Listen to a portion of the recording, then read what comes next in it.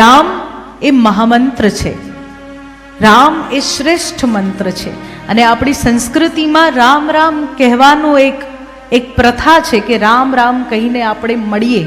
આ તો હવે થઈ ગયું hi hello how are you, હે ને, નવું આવી ગયું છે વોટ્સઅપ.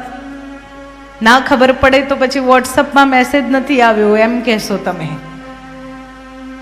આ બધું હમણાં આવી ગયું છે. વધારે કંઈ નહીં તો આ બધું શીખવું ભાષા છે. અંગ્રેજી એ ભાષા છે, એને શીખવી એ કોઈ ખોટી વસ્તુ નથી. આપણે દેશ વિદેશમાં જઈશું તો અંગ્રેજીની જરૂર પડશે. તમારા બાળકોને ઇંગ્લિશ શીખવાડો એમાં કંઈ ખોટું નથી, પણ ઇંગ્લિશને as a language, as a ભાષા શીખવાડો, એઝ અ કલ્ચર નહીં. સંસ્કૃતિના રૂપે આપણે અત્યારે અંગ્રેજી શીખી રહ્યા છે કે સ્કૂલોની અંદર પણ જુઓ તો ક્રિસમસ વેકેશન છે, ગુડ ફ્રાઈડેનું વેકેશન છે, રજા છે.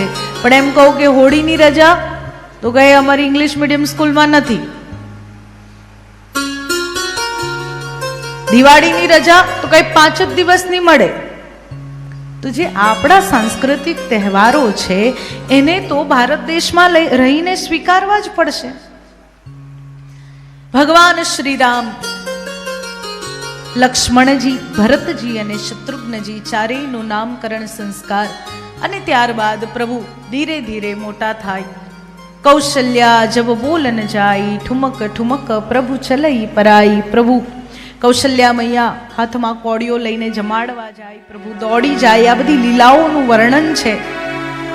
અને કે આપણે વાત કરી હતી અગાઉ કે જમવાનું, કદાચ મને કોઈ મળવા આવ્યું હતું ને વાત કરી હતી કે જમતી વખતે તો બાળકોને આજકાલ ફોન જોઈએ જ છે. પણ એવું નથી. માતાઓને કોડીઓ લઈને દોડવામાં આળસ આવે છે. માતાઓ પાસે સમય નથી કે કોડીઓ લઈને પાછળ પાછળ જાય, એટલે ફોન જોઈએ છે. બાકી પ્રભુની લીલા એવી સુંદર છે. ભગવાન શ્રી રામ ધીરે ધીરે હવે મોટા થઈ રહ્યા છે અને પ્રાતકાલ ઉઠી કે રઘુનાથા, માતુ પિતા ગુરુ ના વહી માથા.